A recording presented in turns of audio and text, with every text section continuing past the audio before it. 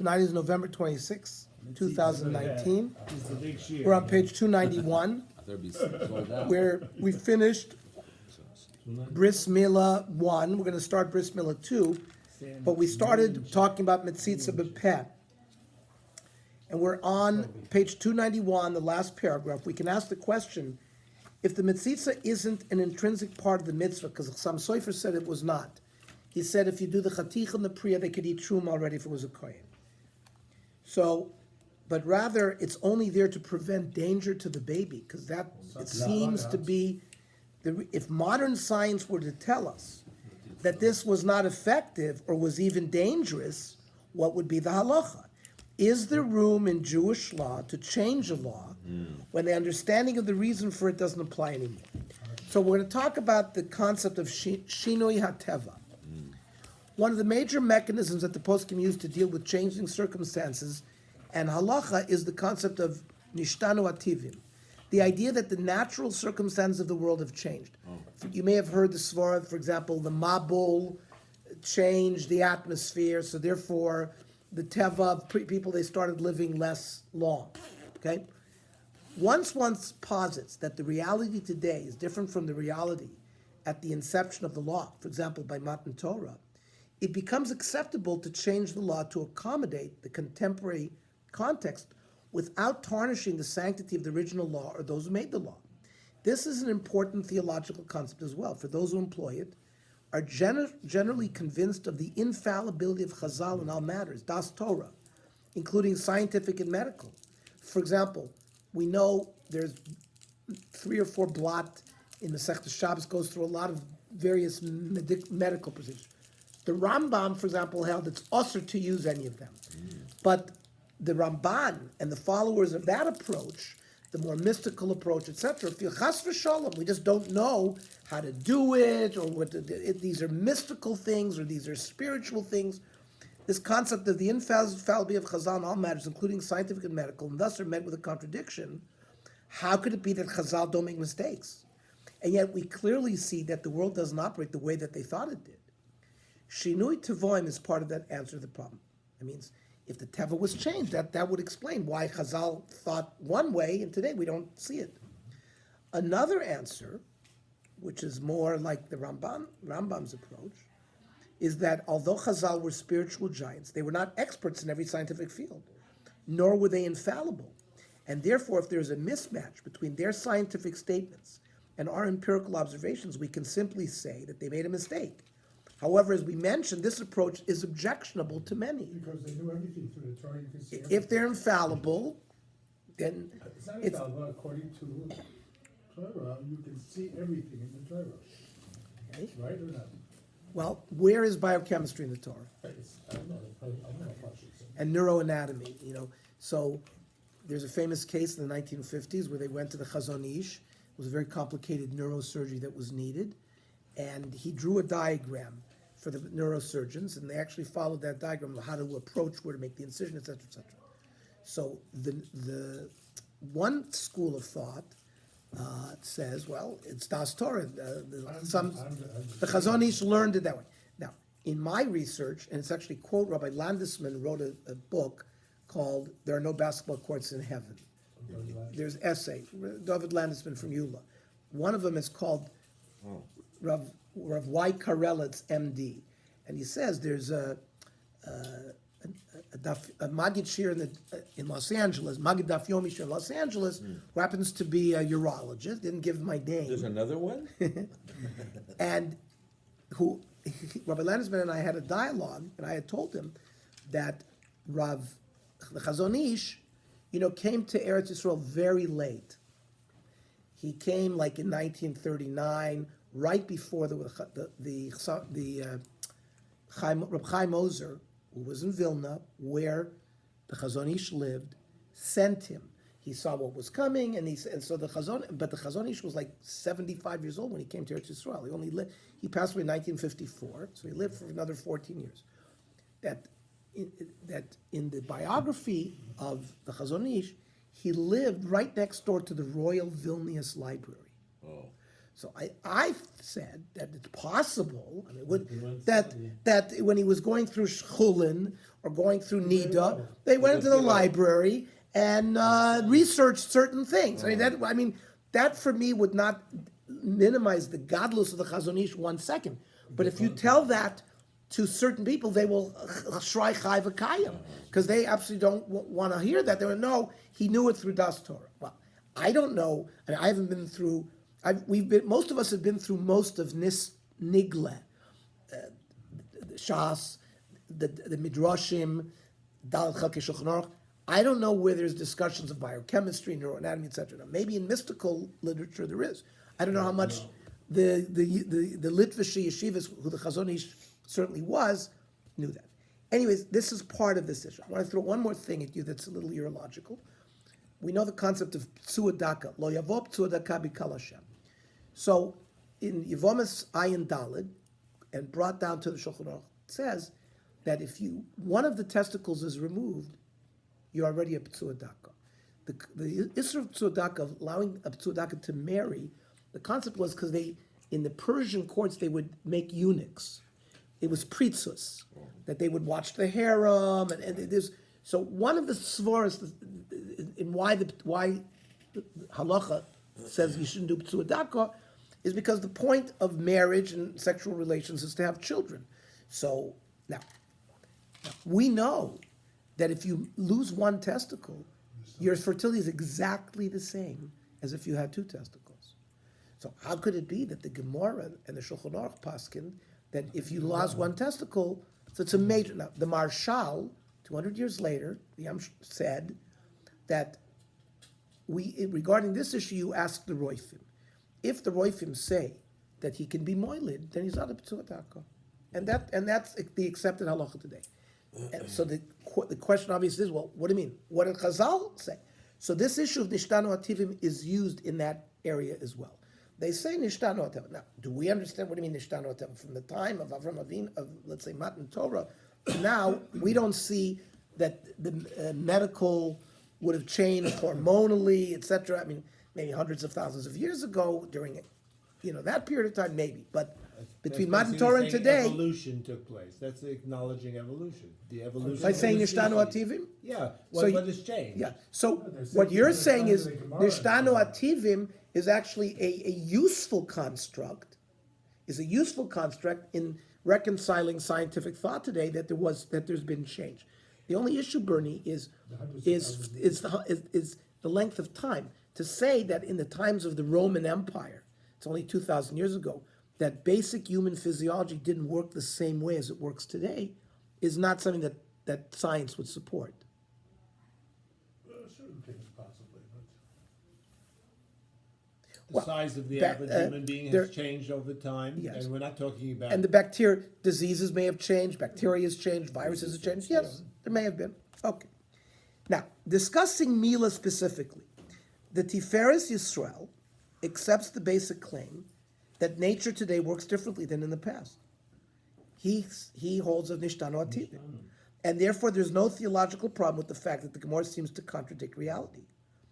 However, he insists on relying on the Pesach of Chazal in this instance, because he thinks that meaning that you should do Metzitza B'Peh, because he thinks that the current medical information is incomplete, and that the medical literature hasn't explored in sufficient depth the danger of not doing Metzitza. I mean, he's worried. Doctors say you shouldn't do Metzitza. The question is, maybe Metzitza is beneficial, and medicine hasn't clearly ruled it out.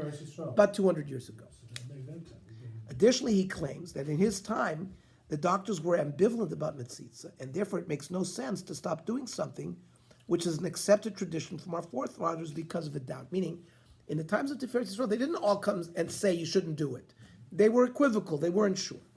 He does write, nevertheless, that on Shabbat, where there's an Isser Deraisa to do Chavala and to move blood, one should not do a powerful Metzitza, only a light one. It means you shouldn't draw strongly. No, I understand what the word means, but what does it mean in terms of practicality? Hang on. I mean, what is that? Hang on. Let's get to the halacha You're psuka. hired. That's what the Tiferes Yisrael said. Rav Eliyahu Dessler, right? The Michtav Eliyahu lived also in England until the early 1950s. learned in Slobodka, was certainly Litvish, takes an opposite and an extreme stance. He writes that there is no relevance to what we witness in nature, for it is not the explanation which forces us to mold the halacha around it, but rather the halacha which forces us to come up with an explanation. He's saying he says, it's histakel b'araiso bare alma. What the Torah tells us is if we have some kind of scientific theory that doesn't make sense, it's because our scientific theories aren't correct. For Rav Dessler, it doesn't make any difference what particular reason we're given for that halacha, only that this is the halacha. He writes that Chazal received the halacha as part of the tradition from earlier generations, and therefore, if the reasons don't fit or seem to contradict nature, it's the reasoning which must be adapted, not the halacha. Now, there are obvious problems with such an extreme approach, not the least of which is the immediate ossification of the halacha. That means halacha will never be modified. One wonders how Rav Dessler sees any halachic modification or development as legitimate, as he seems to view the halacha as immovable. Now, a potential rebuttal of this challenge to Rav Dessler appears in the Rambam, who seems to take a position similar to that of Rav Dessler in certain instances, and certainly the Rambam takes an opinion different than Rav Dessler in other instances. So there could be a middle ground. During Dessler's time, even though it's not that late and not that long ago, they didn't have complications. What was that? We didn't have any complication we have now. Now we're going to see Chassam Sofer lived in Chassam He's So saying you don't touch halacha. That's what he's the saying. Chassam Dessler. Sofer in 1815. So you're talking about 200 years ago. Already in his generation, there was an uproar about Metzitza B'Peh. Metzitza B'Peh is a 200-year story. It's not a 30-year story. There were Complications. There were infections, and there were the same. Now, the whole concept of bacteria, Semmelweis and Lister is 1840, 1850, means medicine didn't even understand bacteriology until about 50 years later. But there were already complaints in the time of Chassam Sofer that there was, and that's why the Chassam Sofer had to say that Metzitza perhaps is not necessary. He said we should continue it, etc. But it was this debate already came up at the time of Chassam Sofer, so it's an old problem. The Rambam writes that there is no need for the words of Chazal regarding scientific matters to match reality, for they were not received from prophecy, but rather stem from their personal expertise in a particular field, or from their consultations with experts. Therefore, if the prevalent understanding at the time that they made their statements was mistaken, for example, Galenic medicine from the Roman doctor Galen, that's we hear in Shas all the time, that kind of approach. Well, Galenic medicine has been rejected today. So for the Rambam, since the prevalent understanding of Chazal was because of the scientists and experts that they spoke to, there's no reason to think that the words of Chazal carry any more weight than those of anyone else who might be mistaken. The Rambam is careful to point out that this does not affect our appreciation for their words, nor does it mean that they were wrong often, only that when they were demonstrably wrong, there's no reason to continue to believe in what they say. So you see a huge debate between, for example, Rav Dessler's approach and that approach of the Rambam. This opinion of the Rambam is true as far as the words of Chazal are concerned. However, when it comes to halacha l'mosh misinai, received tradition, the halacha is unwavering. And thus we can understand the opinion of Rav Dessler, which we quoted above. That means they're making a distinction now between a halacha that is called a halacha l'mosh misinai, where we are going to say it's inviolate, and even if we don't understand the reasons for it, etc., we don't avert from it, versus if it was a Maimer Chazal that is not under the heading of Halacha L'Mosh Misinai, there could be bent. When you brought Rav Dessler, you said halacha. Is it halacha? Right. So he did not make the distinction of Halacha L'Mosh Misinai. He just said general halacha. But the writers is not Halacha L'Mosh Misinai. So the Rambam writes regarding trephis. For example, we know there's Yudche Elu trephis. There's a parak in Chulin, Yudches trephis.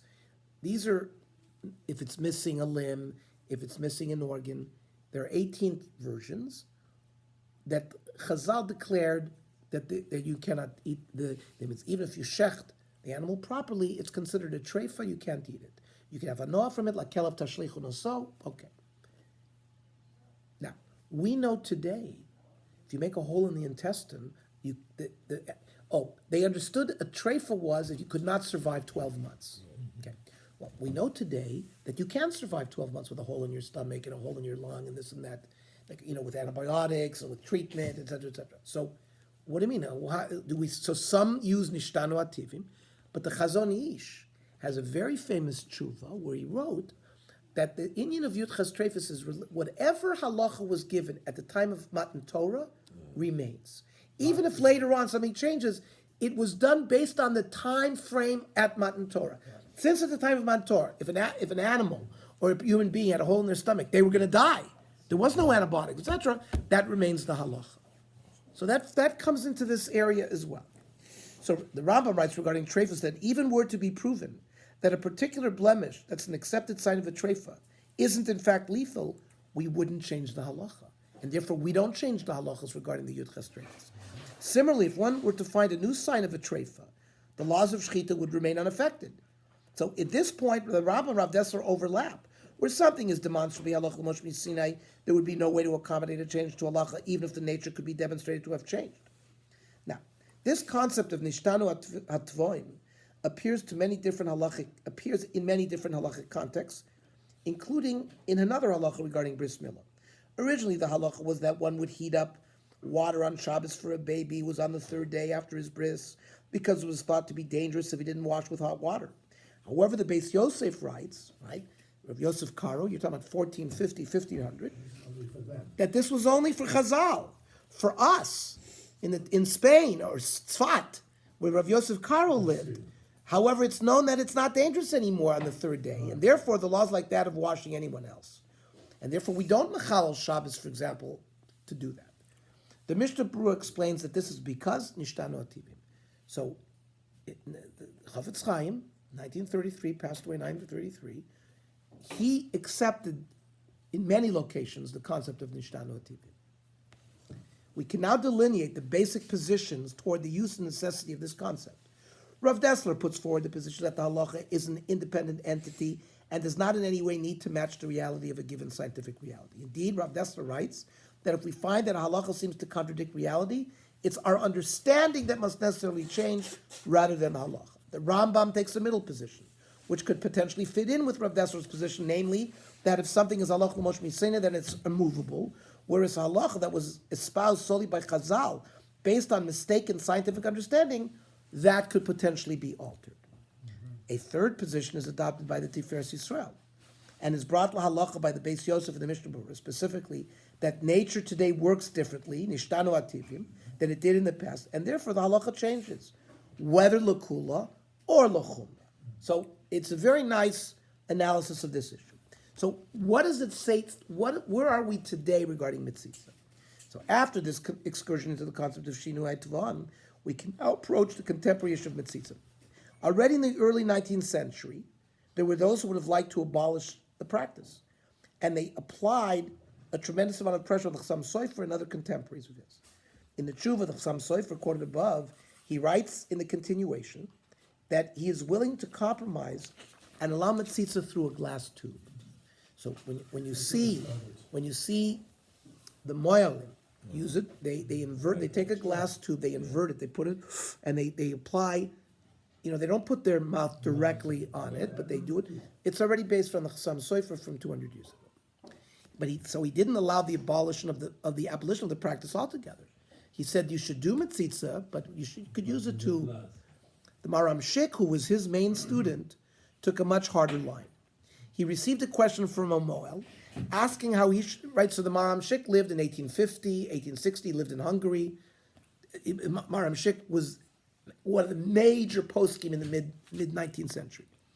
He received a question from a Moel asking how he should behave in a community where they banned mitzitza. Should he that could have been in Germany? Remember, Germany in the 1800s underwent an intense assimilation. Remember, Rav Shimshon Frol Hirsch began the Kehila in Frankfurt with like 20 families. Hundreds and hundreds of families were already going to reform. He started very small. So what was driving a lot of that, they were now allowed to go to medical school and law school and business. And you see what happened in Frankfurt and in all the German towns. The rise of German Jewry was just since Napoleon, when he conquered Germany in 1807, he opened up all the ghettos. And the law in France already was that you could go to the university and Jews had more civil rights. That spread to all the areas where Napoleon conquered. So he conquered Frankfurt. My mother and I and my sister saw a museum in Frankfurt where, like in 1910, virtually every museum, every hospital, all the donors, the philanthropists that were providing all the major support for the whole, not the Jewish community, for all of Frankfurt was the Jewish community. So it's certainly in the reform movement, there would have been a lot of pressure. Don't do mitzitza b'peh. It's barbaric. It's not against scientific thought. By that they knew about infection. So you see, the Chassam Sofer had to defend it. And maybe the Moyle who sent the question to the Maram Shik was coming from a community where he was asked to do a bris, where they were not allowing mitzitza. So should he perform the bris anyways, without the mitzitza? Should he not do the bris? Maram Shik writes a fiery tshuva, saying, this is nothing other than a distortion abolition, a destruction of boundaries, gvulim. He then proceeds to make a number of substantial claims about why we must still perform mitzitza. His first claim is that when science makes claims, they make claims based on probability. And we have a rule in halacha that if there is even a small chance that something will be life-threatening, we must act to avoid that danger. So too in this case, he feels that those who want to cancel mitzitza are not giving enough weight to the potential benefits of Yeah, mitzitza. but you give it a weight that it causes the danger. to Hang the on. child. No, but at this point, there's still a thought that the benefits of mitzitza, if you don't do it, it's also a sakana. So it's both sides. It's important to point out that this argument could be used in exactly the opposite way. If one, like what Jerry said, if one could show that the performance of mitzitza would pose a danger, it would be incumbent upon us to cease the practice or modify it in such a way that it would no longer pose a threat. And that's what exactly the Chassam Sofer, by saying use the glass tube, advocated. So the Maram Shik makes a further claim, which seems to echo both Rav Dessler and the Rambam. He writes that much of what Chazal say is based on received tradition and has the status of Allah L'Mishmerek. Now that's what he's saying is every Maimer Chazal. See, the Gemara, We have a count. if you go through Shas, many times the Gemara itself will say, this is Halach L'Moshe Misinai. But you have a statement, Amar Rav Yudam Rav, and they make a statement of Allah. That why were the Amiroim called Amiroim? Because Amar Rav Yudam Shmuel. Tanoim are called Tanoim because they started Tani Rab Chia, or Tanya, or Masnisan. So an Amoira, so all of the statements of the Amiroim, and there's hundreds, if not thousands of them, they don't all have the status, at least according to the way we understand of Allah Mashinai. But the Maram Shik is saying that they have the status of Allah, and it's likely that this one is such some. So later, he rejects the possibility that it is possible to apply the principle of Shinu Tvoim, in this case, for two reasons. First, we do not apply this principle to matters that are Halach L'Mishinai, like we said. Secondly, the laws of the Torah are based on the majority of cases, and on the idea that a given situation will continue unless otherwise contradicted, like Rav and Chazaka. Based on this, the Maram Shik writes that since we know that at this time, when we were given this detail of mitzitza, the reality was that it was useful, and because it is potentially a halacha, we cannot change it now in the absence of a clear proof that it's not useful. Therefore, the Maram Shik writes that if one is unable to perform mitzitza, it's better that he didn't perform the bris at all. Either by any form of tzitza. In other words, he says only one form without using a tzitza. No, he's a student of the Chassam Sofer. No, they didn't want mitzitza at all. In that community, they didn't want mitzitza at all. They didn't want the tube at all.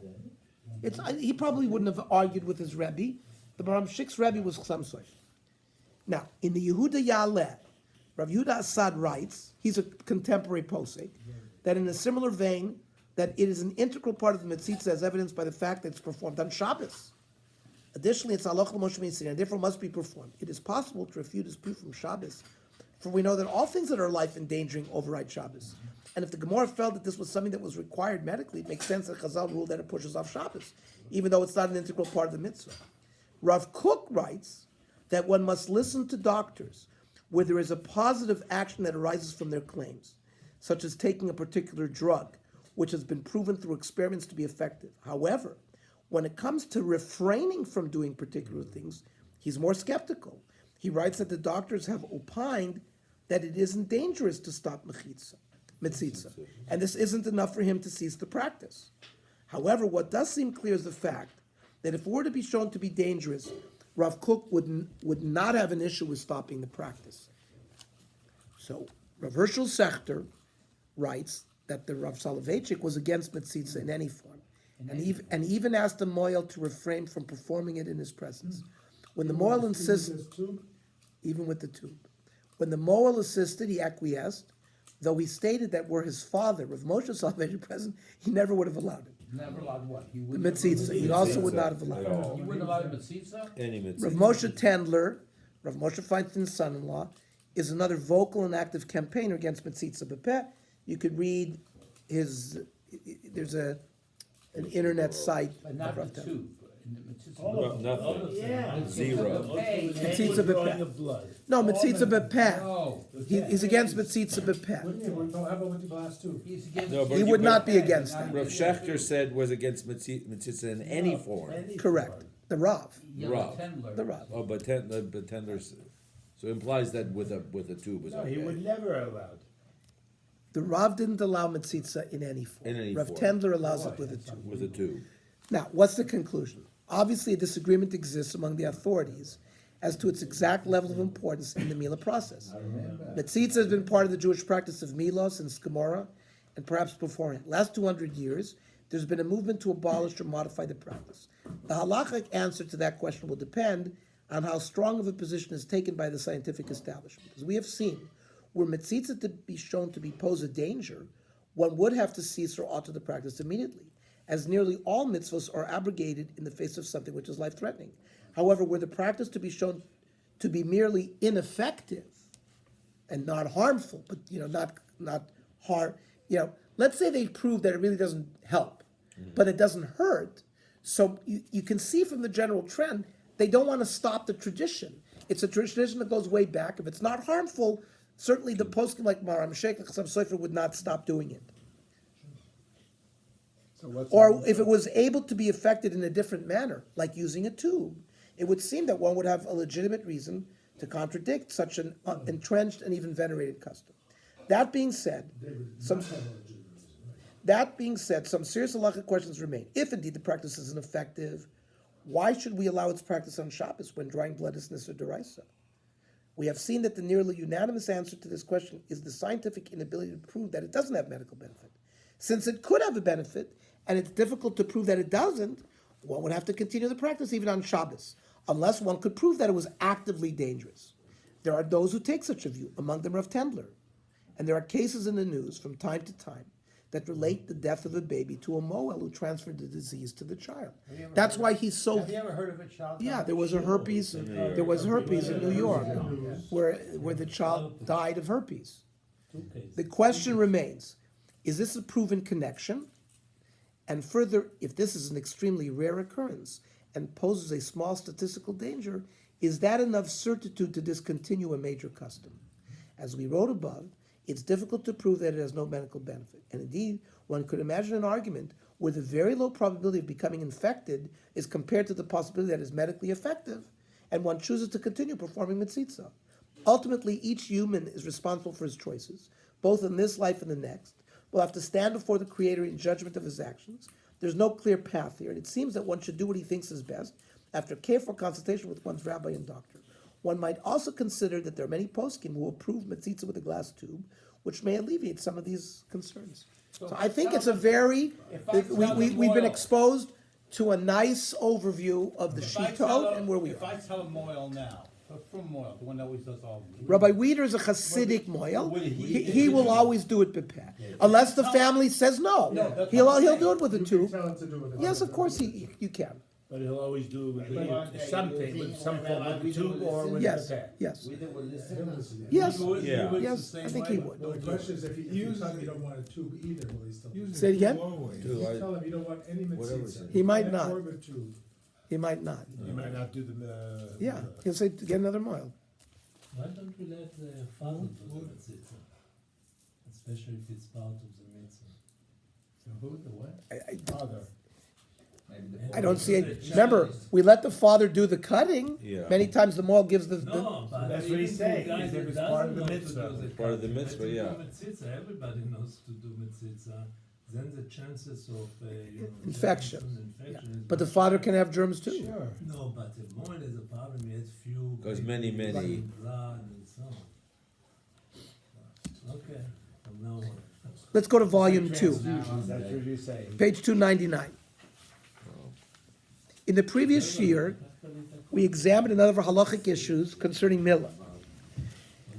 We talked about the chiyuv, when you do it, the ceremonies. In this year, there's a few more issues, as well as the rules of pidyon haben.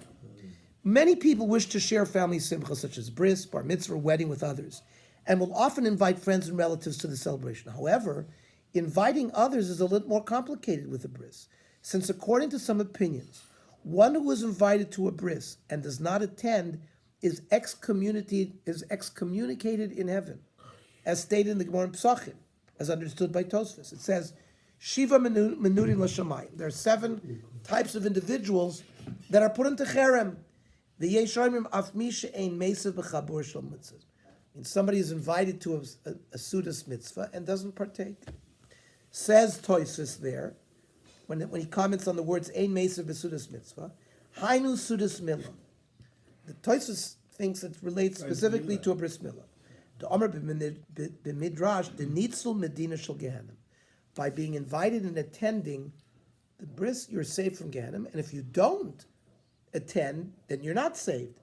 Sudas nisuin b'tamid chacham. Now, if a tamid chacham makes a sudas nisuin and a bas kohen lekohen, so we think it's partial that every mitzvah, sudas mitzvah is a mitzvah. No, there's a certain Married getter. a bas Bris Levi. milah, bas kohen Close. lekohen, and a tamid chacham. Maybe that's the reason why you really don't invite people to a bris. Right, you should know. Because of that thing, Yeah. if you invite him, he's obligated to come, that's the reason. The Right? light went on. Here we go. V'davke sheyesham b'nei adam mehuganim. We're talking about that the Suda already has important Talmidei Chachamim there. The ki adeh sheb'Yerushalayim lo hayu besuvim besuda ela ken yodim mimesav imoim. The Anoshim mehuganim in Yerushalayim wouldn't even go to a Sudas mitzvah unless they were sure that there were other. It wasn't just lighter guys there; that they were, other serious people at So that why do Suda. we invite to this? Why do we invite in Sudas I Nisuin? know the lighter guy. Say it again. So why do we invite people in Nisuin? No, because Tosfos says that the problem is only the Suda that the Gemara was talking about is only a Sudas milah. Yeah, but why? Because it's Sudas mitzvah. Because he brought from a medrash Yeah. that by milah you're nitzl medina shel Gehenim. Only that one. Beginnen fresh.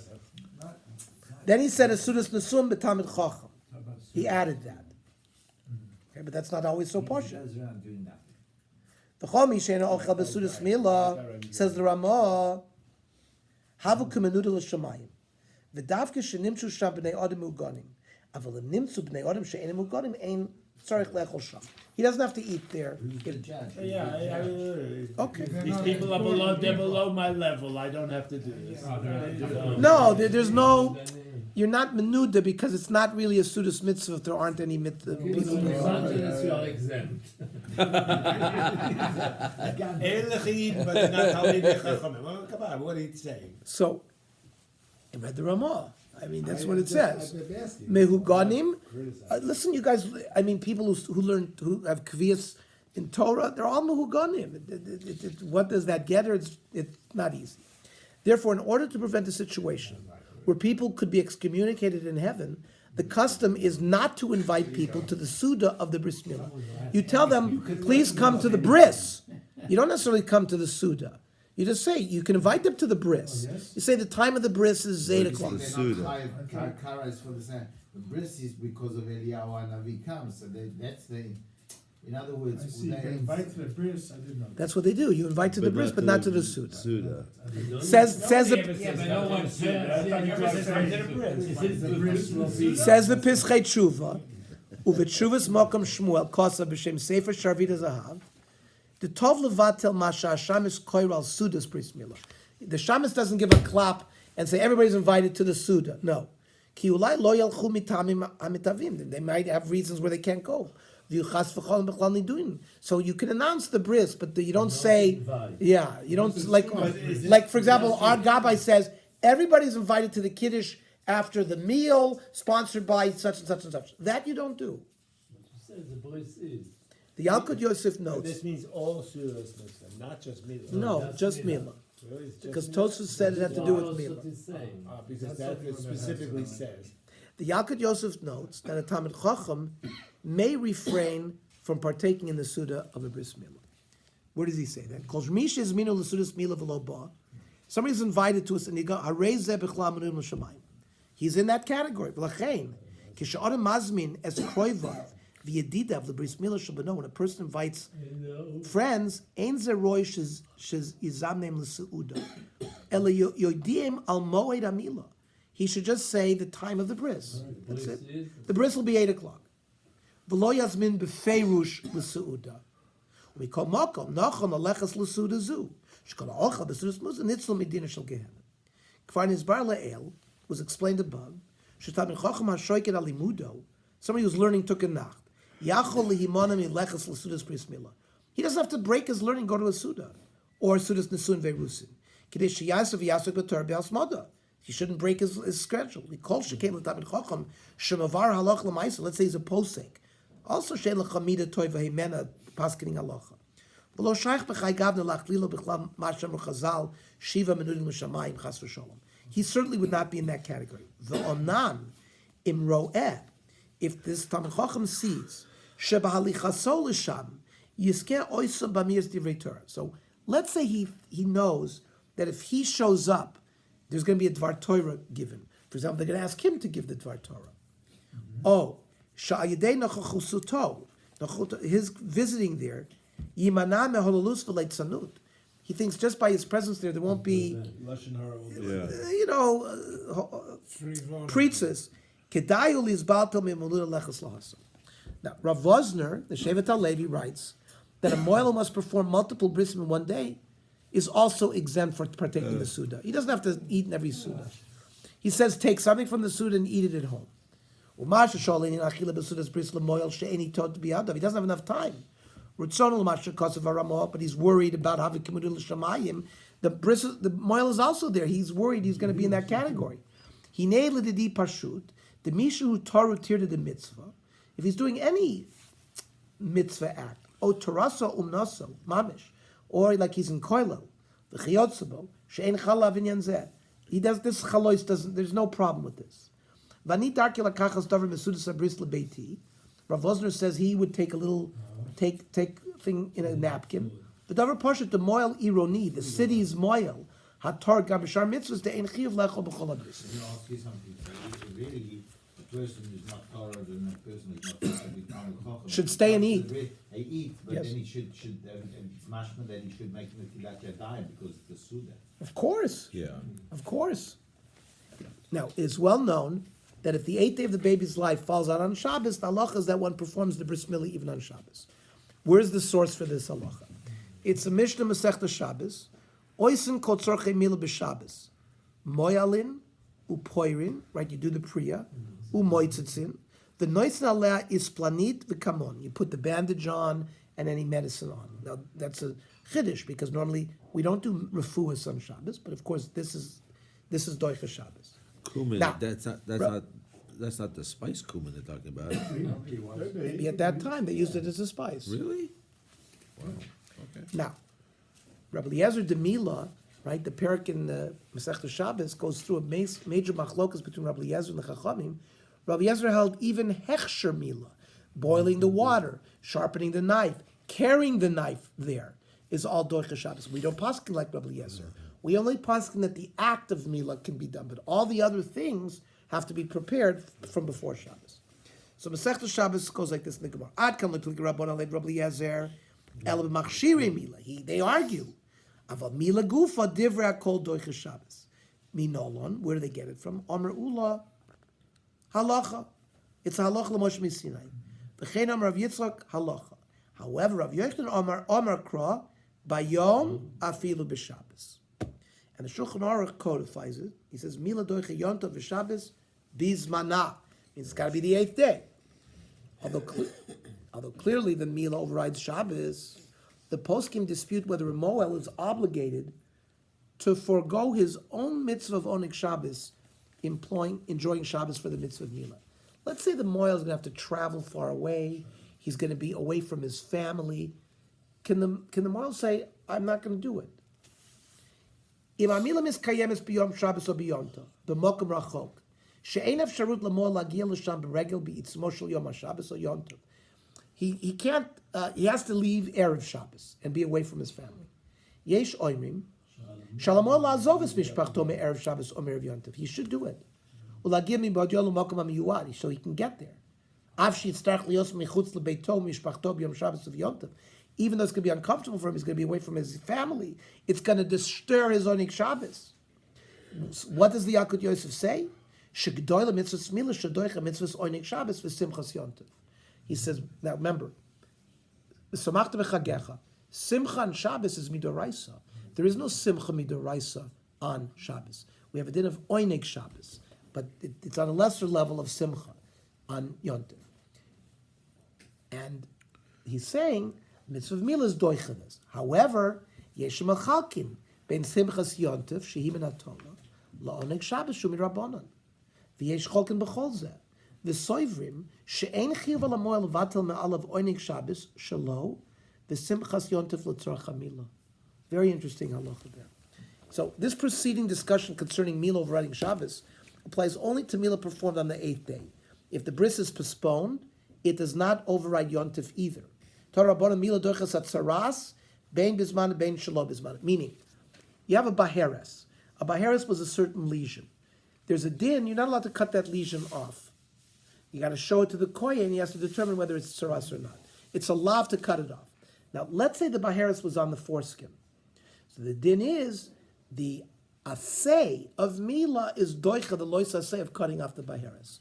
So that's what they mean, that the act of Mila can be done whether it's on the 8th day or whether it's on the 10th day. And there's a tsaras there, you could still do it. Yontev ein adoicha ela bizman bilvad. So you don't do Mila on Yontev either unless it's the 8th day. According to the Tashbats, who was an early Rishon, not only do we refrain from violating Shabbos to perform a bris after the 8th day, it shouldn't even be formed on Thursday. Because then, if you do it Thursday, the 3rd day of the bris is going to be Shabbos. Remember, with Shabbos, you have to water so as not to desecrate Shabbos on behalf of the baby's recovery.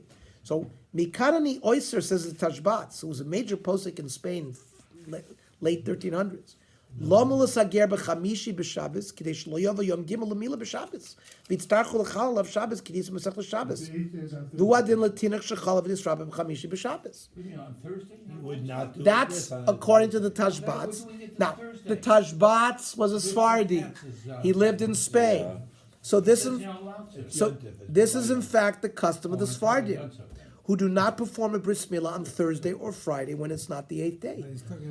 That means, Is it also today that He's talking about the third day of convert, Mila is not to. but any even if you had an 8th day old child, so if it's 8th day, you would do it on Thursday. But if it wasn't if the You can Thursday happened to be the postpone it 9th to day, you wouldn't do it Thursday because then you're going to Thursday. end up the 3rd day is going to be on Shabbos. It's problematic. About this issue also נשתנו הבריות הטבעיים. Today, Right, we don't do the water. I'm sorry, they're already said in the time of the Beis Yosef. We said we don't do it. Says the Yalkut Yosef, v'chein ein, who is the son of Rav Ovadia, v'chein ein lamu mila shelo bizman b'mei chamishi v'shishi. That's the halacha for the Sephardim today. However, the Shach argues with the Tashbats, right? So the Shach, of course, lived 1600. Is one of the major commentaries on the Shulchan Aruch. We're talking about a regular Thursday or Friday on to That's that? right, that's Thursday, exactly what he's Friday. saying, that's what he's saying. Jerry. So there's no 8 Jerry. days on the. No, it's no. not the If 8th it's day. the 8th day, like Shabbos, you would do it on Thursday. But let's say the kid was yellow, and now the 9th day falls on Thursday, you wouldn't do it. You'd push it off to Sunday. The Shach argues, So and how did he have it then, Richie? How's he having it? I'm not a rabbi, I don't know. he's not a Sephardi. That's only That's Midin Sephardi. Sephardim. The Shach argues with the Tashbats and permits a bris to be formed on Thursday or Friday, and this is the Ashkenazi custom. Oh, Says the Shach in Yoredeya, Ein Dvar of Nirin. He's commenting on the Tashbats. It doesn't make sense. The Haminim b'Shas, the Perek Shabbos, aha de ein mafligin b'sfina. They didn't take a boat ride. Dahainu davka l'davar rishus, aval l'dvar mitzvah shapir dami, l'hu muska mikol haposkim. For a dvar mitzvah, you can go off on Thursday and Friday on a ship. You just can't stop on Shabbat, right? You can't get off on Shabbos, but you could take your trip already. So he says, there's no argue with the fact that you're performing a mitzvah doing Mila. So the Shach rejects the Tashbats. The Gemara in Shabbos does not permit one to set sail within 3 days of Shabbos due to concern for Shabbos violation, but still permit doing so when engaged in a mitzvah. Accordingly, argues the Shach, performing a bris is also permitted, even if may cause Nezar Chilul Shabbos. The Gemara in Shabbos discusses another case where bris milah may not override Shabbos, that of a baby born through a cesarean section. It's also not Dorchas Shabbos. Says the Masechta Shabbos, Yotzei Doifen, Hakavanah Yotzei Derech HaBeten, Nituch Kesari B'Yameinu. Right, because the word doifen means doifen is a wall. So the kid that came out of the abdominal wall. Yeah. So he just wants to say that means any birth via a cesarean section. Let's say he has 2 foreskins. Don't know what he's talking about. Rav Huna Rav Chia Barav, Chadam Machal Lav as Shabbos, the Chadamar ain't Machalin, that if you don't do it. Shulchan Aruch rules in accordance with the opinion that Shabbos is not overridden. So what do you say, Shtano Teva, if you don't know what he's talking about? No. Some of the 2 foreskins? I've never seen that abnormality. It's not saying it doesn't Is it in the exist. books? Is it in the book? Well, you haven't seen it. Is it in the books or not? That's all. Is it in the medical books? I don't even understand what they mean. Yeah, When what you, is that? I mean, when you have a glands, when you can have a bifid penis. I've never seen a case of 2 penises. That's not what he's saying. He's saying 2 orlos, 2 foreskins. There's only 1 foreskin that covers the thing. So that's what I'm saying. I'm not exactly sure what he's referring to. But let's talk about a yotzei doifen. So it says, first of all, an androgynous. An androgynous is a baby. Okay. An androgynous is a baby born with both genitalia. Yeah. This is something I've seen many times. Female pseudohermaphroditism. These are females, XX chromosome, and they have an abnormal steroid biosynthesis in their adrenal gland. So there's diversion, so a lot of steroid and testosterone is made. So the female has a clitoris, but it grows. So there's clitoromegaly. It looks like a penis. Okay. Then they have a vagina. I mean, they have a regular vagina with their clitoris, but it grows. So you're called to the neonatal unit. You examine them, and it has both. Like you have to do. You take a cheek, send it for chromosome analysis. Once you find it's XX, you do an ultrasound. You see a uterus. They have normal ovaries. These children will be completely normal children. You do an operation to make you do a clitoroplasty. You make the clitoris smaller. You give them hormones to block the testosterone, and they have children and everything like that. Regular women. Regular women. In the old days, they didn't know. They didn't know what this was. Okay, but now we know what it is. I know more, but not the other way around. If you don't make them cook, Now, Maybe it's an there extra are more complicated cases. Yeah. So but the female pseudohermaphroditism is the most common Most common. and biggest genitalia case. I won't go into the other ones right now. I guess that's what it is. But so an androgynous, That's an androgynous. where male and female, so they weren't allowed to do it on Shabbos because is it in a cave? Is it a zocher? It's a suffix. Do what? The Mila. You ever saw So if an androgynous was born, you would not do the Mila. You would not do the Mila. Now today we wouldn't do it at all because we know it's not a male. It's not a penis. So you would not do a Mila. You would evaluate. It's really a female, and eventually they would do surgery at 6 months of age. Do the clitoromegaly. It doesn't have a penis. So you're saying in olden times they didn't know and they assumed it was a boy? That's what No, they call it was treated. It was a suffix zachar, suffix nekeva. You had to they put on didn't do it- tefillin. Uh-huh. Oh, yeah. They did put on 12? But what do they Yeah, do? you have to treat them as a male and a female. So you have the chumras of both. You have the coolest. They were treated as Crazy. suffix. What's a eunuch? What's the difference? Eunuch is Unique is nothing. if the testicles have been So, removed. we're just talking about childhood, we're not talking about... But they grew into adulthood. They didn't have in the year During menses, you put in the on year tefillin in on the it? year 1500. So if you were born with a large clitoris and a vagina, you were a double person. Yeah. You were not a male, you were not a female. You know, that's what you had. Toilets for them. Well, they urinate through their urethra. The urethra doesn't come out through the clitoris. It came out through, where a female has the urethra. Now, And they could get pregnant. yeah, they could get pregnant. Uh-huh. The problem, they couldn't get pregnant because if they Because didn't of the correct the hormonal- hormonal, their And- testosterone and would be back too then high. They wouldn't they have didn't know. correct- yeah, okay.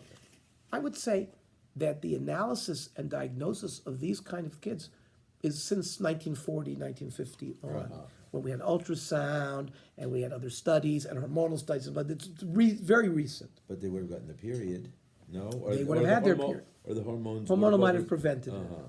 Yeah. 'Cause today we treat them as normal women. By the way, the other interesting and what's called ambiguous genitalia is what's called testicular feminization. These are XY males. And they're complete, but when they're born, they look like females. They're completely female. And you think the baby's taken home, she's a female. At the age of 13, 14, 15, she doesn't have a period. They take her to the doctor. We do an ultrasound. We find that they have testicles. We do chromosome. They're XY. And what it is in utero. So if the testicle, if the gonad could become either an ovary or a testicle. If you have a Y chromosome, it turns into a testicle and starts making testosterone. So we're all born really as female. At the fetus as a before 40 days. Remember the ovary and the testis is determined what it becomes on day 40. I mentioned that because we know. Our boy Yoim Koidem, they so at 40 days, the testicle, the gonad, the undifferentiated gonad, is determined to become whether it's going to be an ovary or testicle. If it's going to be a testicle, it makes testosterone. So the tissues, the genitalia, fuse, right? So think about the vagina, the lips of the vagina fuse. Eventually, the testicles, they start near our kidney. They descend, they go through the groin, and they end up in the scrotum. And the urethra and the clitoris grows through the effect of testosterone, and the urethra travels through the penis until it's at the tip. Any defect in that, so there's some boys that are born with hypospadias, where the urethra is not, because it didn't go all the way. Or there's some kids where the testicle doesn't come all the way down. Why don't you take a Now, so what is testicular? It's a test. Okay. So what is testicular fertilization? They're 15 years old. They bring the girl to the doctor, and there's no period, and they determine now that she's a boy. Okay. So in that situation, she was brought up as a female. They won't even tell her. You have to remove the testicles because they can turn into cancer. And she's given hormones, and she lives as a female. They say Marilyn Monroe was a testicular feminization, that she was really a male. She can have children? No, there's no. No, they don't have a uterus. They're males. They're males. Why? The tissue didn't respond to testosterone.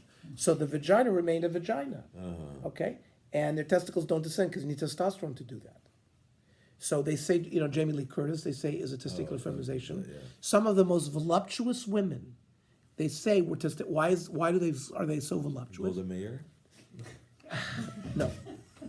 Normally, our testosterone feedbacks negatively on the pituitary gland and stops further production of testosterone. There's a feedback loop, like our air conditioning. If it gets too hot, so the air conditioning stops. So if you produce testosterone, it goes to the pituitary and it stops release luteinol harcin. Because their tissues don't respond because it's an androgen desensitivity, so they put out massive amounts of testosterone, which all gets converted to estrogen.